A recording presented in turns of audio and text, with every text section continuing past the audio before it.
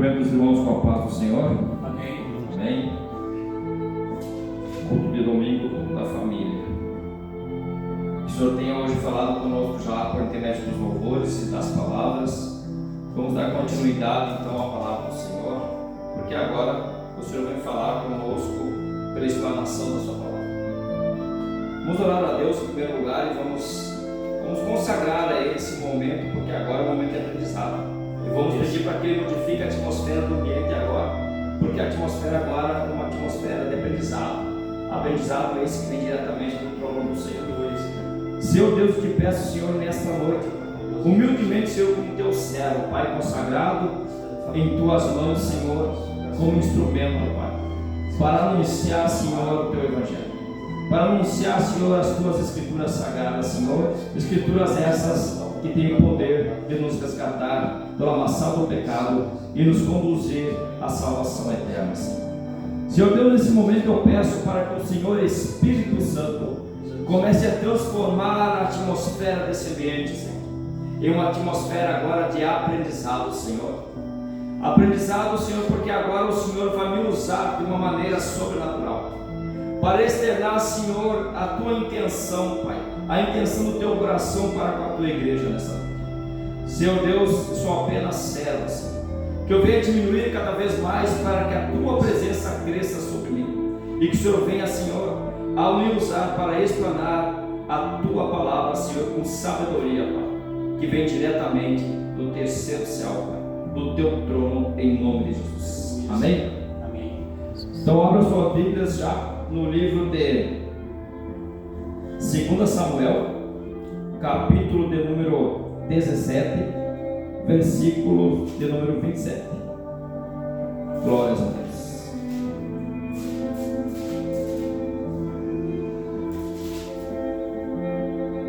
Segunda Samuel, capítulo 17, versículo de número 27, vai dizer assim: Davi é socorrido. E sucedeu que, chegando Davi a Mahanaim, Sobi, filho de Naás, de Rabá, dos filhos de Amon, e Maquir, filho de Amiel, de Lodebar, e Barzilai, o Gileadita de Rogelim, tomaram camas, bacias, vasilhas de barro, trigo, cevada, farinha, grão torrado, favas e lentilhas também torradas, e mel, manteiga, ovelhas e queijos de vacas, e os trouxeram a Davi e o povo que com ele estava, para comerem, porque disseram: este povo no deserto está faminto, cansado e sedento. Até aqui, irmãos, pode tomar assento em nome de Jesus. Irmãos, eu quero falar aqui de uma pessoa que foi citada nessa narrativa, que é Barzilai. Mas para nós chegarmos até o contexto desse texto, vamos voltar um pouco no tempo. Vamos voltar um pouco mais para trás. Quando Absalão, filho de Davi, ele trai o seu pai. Mas um pouco mais antes disso, nós temos um texto que é trágico.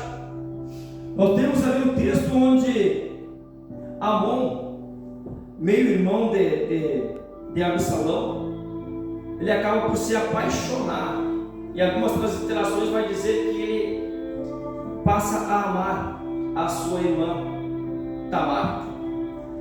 Só que eu digo que não é amor, porque se nós formos na Escritura Sagrada para ver a supremacia do amor, não tem nada na supremacia do amor, nas características do amor citadas por Paulo em 1 Coríntios capítulo de número 13, que vai se caracterizar com a ação de Amon para com a sua meia-irmã.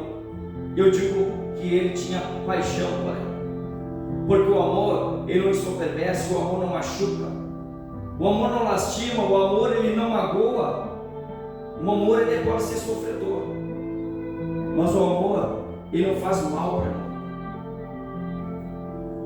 Já a paixão ela é platônica, ela é avassaladora, ela é destruidora. Eu digo que ele era apaixonado por sua meia. Então vai dizer a palavra de Deus que esse homem Amon, ele acaba por violentar a sua meia. Só que Davi, sendo ele o pai, ele não consegue tomar partido, ele não consegue fazer a justiça contra o seu filho. E a palavra de Deus está dizendo que Absalão ele não fala nada, nem bem e nem mal, contra o seu meio-irmão. Mas ele espera 2 anos, irmãos. 2 anos para fazer justiça. Ou seja, 2 anos para se vingar e derramar o sangue do Senhor. Então é chegado o momento de tosquia. Nós lá na fronteira chamamos tempos de esquila das ovelhas. Então nesse tempo de tosquia, Absalão ele vai junto a seu pai e convida todos da sua comitiva e todos os seus irmãos para ir a uma festa com ele, para participar da tosquia. Davi então ele vai dizer ao seu filho que para não se tornar peso para ele e sua comitiva não vão, mas ele permite que os seus filhos vão. E Absalão então ele pede para que Amnon vá. Davi questiona por que ele quer a presença desse irmão lá, desse irmão maldito, vamos dizer assim. E ele insiste, e o rei Davi, pai Davi, ele pergunta. Então Absalão diz no texto bíblico que ele vai instruir os seus servos, e ele vai dizer o seguinte: quando meu irmão Amnon estiver com o coração alegre por conta do vinho, e eu disser-lhes para feri-lo, firam ele, para que ele morra, e não temam, porque sou eu que estou mandando. E assim aconteceu. E a palavra de Deus vai dizer então que ele acaba matando o seu irmão e fazendo vingança, vingança pelo sangue derramado do Senhor. E ele então foge, e fica 3 anos ausentes, 3 anos, irmãos. Só que aí vai dizer o texto bíblico que o coração de Davi como pai, o coração de pai, não de rei, porque por ser rei ele já havia fracassado, mas o coração de pai, sendo ele rei, ele não faz justiça, mas o coração de pai começa a afligir e começa a pesar. E o seu servo Joabe vai então ter com o rei e convence o rei a trazer Absalão de volta. Absalão volta, mas ele não tem permissão de falar com ele. Mas ele consegue se achegar ao rei, questionando o porquê que ele não podia ter com o pai, com o seu pai. Seu pai então permite que ele venha e reata novamente laços familiares, laços de amor de pai e filho. Só que Absalão, ele fazia parte de uma promessa de Deus sobre a família de Davi. Porque se nós voltarmos um pouco mais atrás, Davi cometeu um pecado gravíssimo. Davi também se apaixonou por Batseba, a mulher do Eteu, Urias, que era seu soldado que batalhava a guerra por Davi. Davi então adultera com essa mulher. O texto bíblico vai dizer que ele acaba por mandar matar esse homem para tomar a sua esposa por esposa do rei. E Deus disse pela boca do profeta Natan que ele perdoava Davi, porque Davi era um homem segundo o coração de Deus. Mas por conta disso, o fruto do pecado morreria. Aquela criança Deus matou, mas a espada também não se apartaria da casa de Davi. E agora vem toda a explicação por que está acontecendo isso na família de Davi. Porque era uma promessa de maldição impetrada por Deus pelo profeta Natan, pela boca do profeta Natan. Davi tinha um lar destruído, pessoal. Davi tinha uma família destruída, e a espada não se apartou da vida dele, da sua família, da sua casa, até que ele morreu, até que ele morresse. Então Absalão ele trama por 3 anos, ele fica ausente. Quando ele retorna para a casa do seu pai, ele começa a tramar de tomar o trono. E como que ele faz isso? A Bíblia vai dizer que ele fala para o rei que ele precisa ir a um lugar, prestar culto a Deus, oferecer um holocausto a Deus, porque ele havia feito uma promessa para Deus, mas isso é mentira. E se Deus colocasse ele diante do seu pai novamente, ele iria prestar um culto, ia sacrificar nesse lugar a Deus. como oferta de gratidão. Mas na verdade, com a permissão do rei, ele vai, mas ele vai para a estrada, e todos aqueles que vinham para o rei julgar a sua causa, ele abordava. Absalão abordava e dizia que o rei não podia atender. E ele dizia que dera eu fosse levantado como rei, como juiz sobre vocês, para julgar as suas causas. E ele começa então a criar um grande exército de adoradores dele. Porque as pessoas passam a adorá-lo e colocam ele no lugar de rei dentro do seu coração. Para aquelas pessoas ele já era rei dentro do coração deles. O que muitas vezes acontece nos dias de hoje? Nós olhamos para o homem, para o ser humano, e ele se torna algo dentro de nós tão grande e vai tirando a presença de Deus. Dentro da casa de Deus acontece isso também nos dias de hoje. Porque eu amo ver o irmão pregar, eu amo ver o irmão louvar. Eu presto culto para o irmão que está no altar, fazendo a obra para Deus. Nem ele sabe que ele é adorado. E eu vou tirando Deus do meu coração e vou colocando o homem dentro do coração, no lugar de Deus. E o altar deixa de ser de Deus e passa a ser do homem. Eu passo a adorar alguém que perece, o ser humano, quando na verdade eu adorava para o Deus de Israel, o Deus de todos nós, que habita dentro do nosso coração. Mas o pecado da idolatria, ele age sorrateiramente. E foi isso que Absalão fez. Absalão, ele começa a agir pelos bastidores do reino. Ele começa a manipular as pessoas, e as pessoas passam a adorá-lo já como rei. E a palavra de Deus vai dizer que ele vai como se fosse prestar culto, quando na verdade ele envia já mensageiros para juntar o exército e vir tomar o reino do seu pai. Só que Davi passa a saber disso. Só que Davi, como rei, ele já era negligente, porque ele não cobrava dos seus filhos.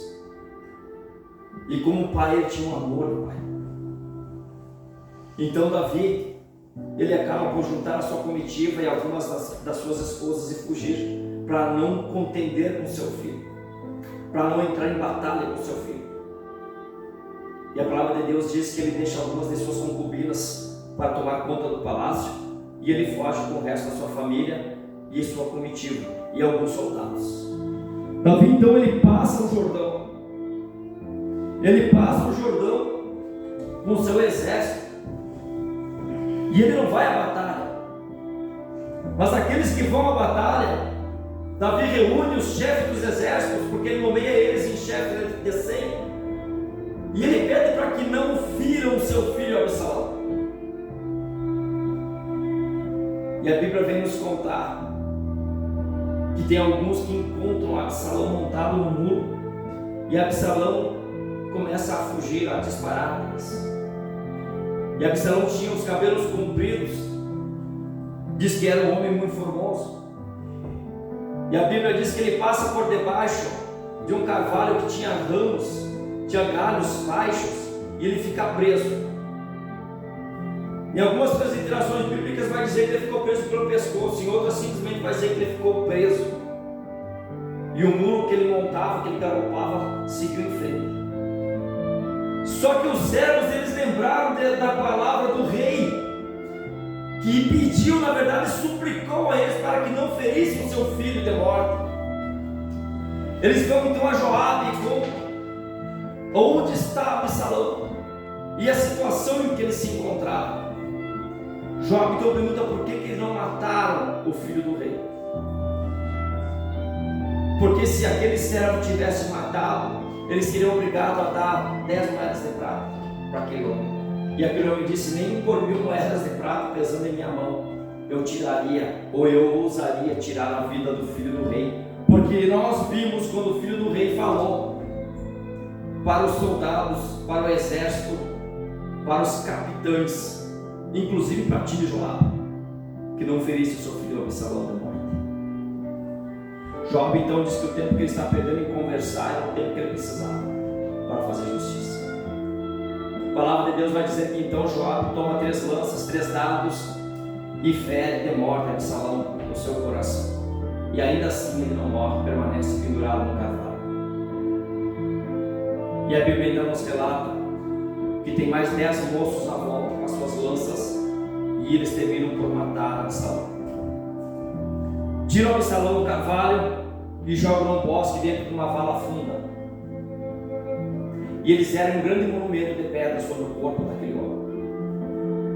Porque a palavra de Deus vai dizer que no passado Absalão havia erguido uma coluna com o seu próprio nome, porque ele não tinha herdeiros que levasse o nome dele adiante.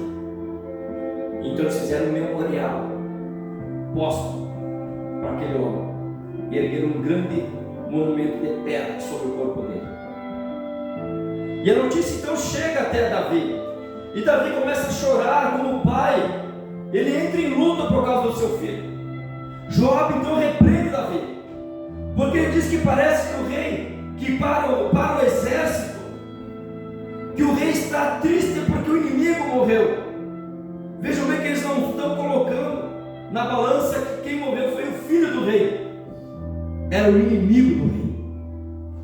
Como o rei, Davi tinha que agir exatamente como Joabe disse. Ele tinha que festejar com os seus soldados. E Joabe ainda repreende o rei e diz para ele que se ele não saísse naquele momento para fora, que com certeza nenhum dos seus homens pousaria com ele. Então diz a palavra de Deus que Davi sai para fora e se assenta. E aí o exército começa a se ajuntar onde estão. Passado então esses tempos de guerra, que durou alguns meses, Davi retorna. Só que para Davi retornar, ele tem que passar o Jordão. E aí é nesse momento que ele vai conhecer esse homem Barzilai. Esse homem Barzilai era um homem muito rico, e ele juntou uma comitiva, e eles foram alimentar o exército do rei. E o rei então, Davi, ele se torna grato a esse homem. E a palavra de Deus vai dizer que ele pede para Barzilai que ele atravesse o Jordão e vá para Israel com ele. Porque assim como Barzilai manteve ele na campana, manteve ele enquanto ele estava foragido do seu filho, assim ele ia manter esse homem até a sua morte. Ele disse: vem comigo para Israel, Barzilai, porque eu vou te sustentar. O rei estava pagando a gratidão com gratidão. Barzilai era grato ao rei Davi, e o rei queria retribuir. Só que muitas vezes, irmãos, Deus vai levantar alguém para abençoar a igreja, para abençoar o irmão. Mas esta pessoa, ou pode ser outro ministério, ele não quer o reconhecimento do homem, ele não quer o reconhecimento do rei perecível, do rei que é falho. Basta que o nome dele esteja escrito no livro da vida pelo Rei dos Reis, pelo Senhor dos Senhores, pelo chefe de todos os exércitos celestiais, Jesus Cristo. Barzilai, ele era um homem muito velho, já tinha 80 anos. Ele disse para o rei: por que iria eu, Senhor, ser um peso para ti? Eu já sou um homem muito velho, tenho 80 anos, eu nem sei quantos dias ainda eu vou viver. Permita-me que eu passe o Jordão contigo e vá adiante, mas que depois retorne para morrer junto com meus pais e seja sepultado no túmulo dos meus pais. Esse homem, ele não queria reconhecimento do ser humano, ele queria apenas ofertar com gratidão ao rei. Imagina se a igreja hoje tivesse isso, uma unção que repousava sobre os ombros de Barzilai, que abençoasse, que ajudasse, mas que não pedisse para bater em palmas, que não pedisse reconhecimento da terra, mas todavia que o seu nome esteja escrito no livro da vida, porque não é na terra que nós queremos acumular essas bênçãos. Nós não queremos acumular reconhecimento do ser humano, não queremos ser aplaudidos, não queremos holofotes. A igreja verdadeira, ela não quer isso. A igreja verdadeira, ela quer juntar um exército. saquear o inferno em nome de Jesus, batizar, fazer discípulos e povoar a eternidade. Essa é a missão da igreja, não buscar reconhecimento da terra. Barzilai tinha uma unção sobre os ombros dele. Ele não queria acumular mais nada na terra, porque ele já era abençoado. Ele tinha tudo que o homem podia ter na terra. Ele não queria reconhecimento do rei Davi. Mas sabe o que ele fez? Ele pega um dos seus servos, e esse servo é filho dele. Ele se chama Quimã. E ele diz: rei, eu não quero bênção. Olha só a unção da igreja. Mas eu vou te dar alguém que ele vai te acompanhar, e o Senhor vai abençoar ele como se fosse a mim. E o nome dele é Quimã. E o rei então diz para aquele homem que vai ser feito conforme a vontade do coração dele. Então muitas vezes alguém vai nos levar em algum lugar para nós sermos abençoados, porque ele não quer a bênção. Só que ele não quer a bênção porque muitas vezes a bênção material é física e não precisa disso. E às vezes nós, dentro da casa de Deus, precisamos. Seja uma conta de água que está atrasada ou de luz, seja uma cesta básica, muitas vezes nós precisamos. A igreja precisa. E aí Barzilai, com a unção da igreja, vai dizer: está aqui o meu servo, está aqui o meu irmão, abençoa ele. E a igreja vai abençoar, porque é para isso que a igreja está aqui assim. Irmãos, a palavra de Deus vai dizer que então aquele homem Quimã, ele vai com Davi para Israel, e ele é abençoado. Ele é abençoado. E sabe por que eu sei que ele é filho? Que ele é filho de Barzilai?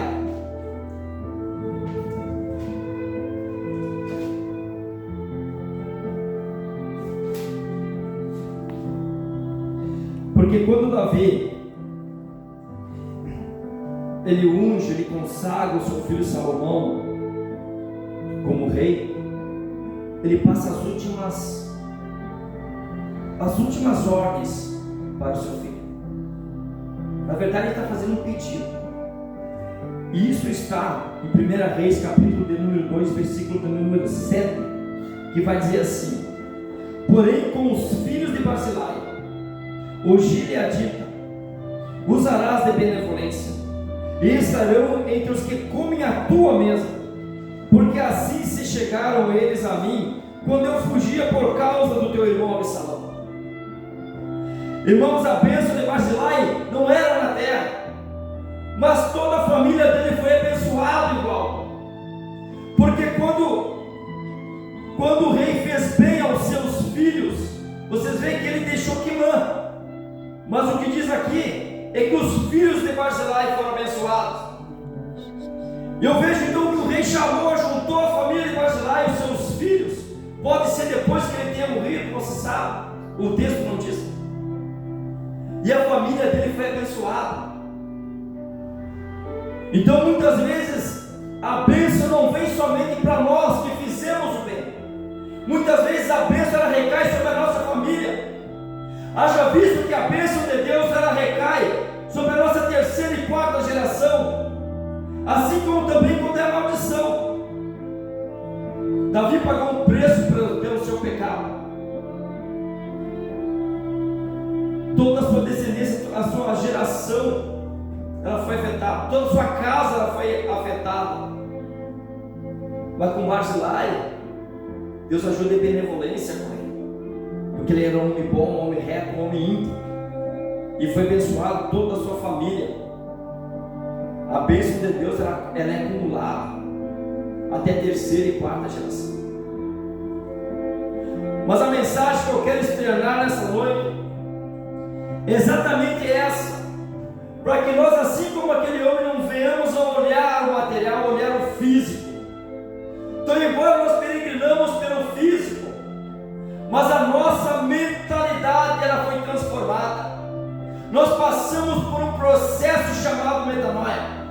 nós passamos por uma mudança de mentalidade. E por mais que nós andemos pelo físico, a nossa cabeça, o nosso pensamento, ela reflete, ela espelha na eternidade, porque nós nos alimentamos de algo sobrenatural, nós nos alimentamos da palavra de Deus.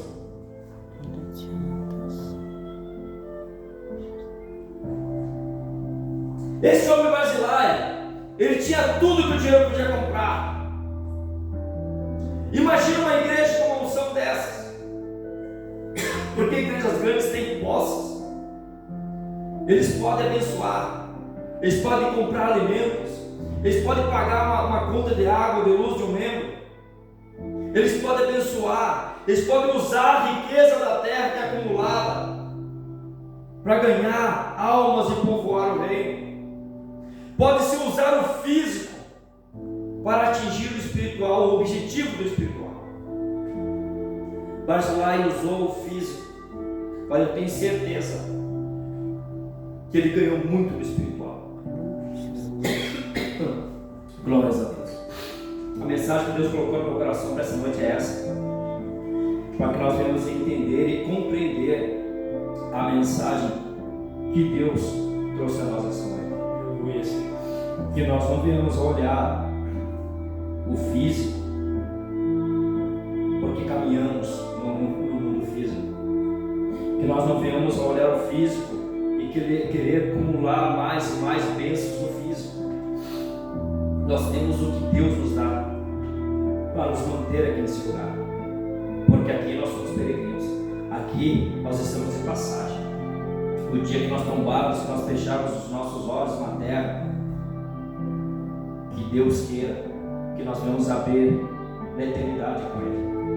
Amém, queridos? Glórias a Deus.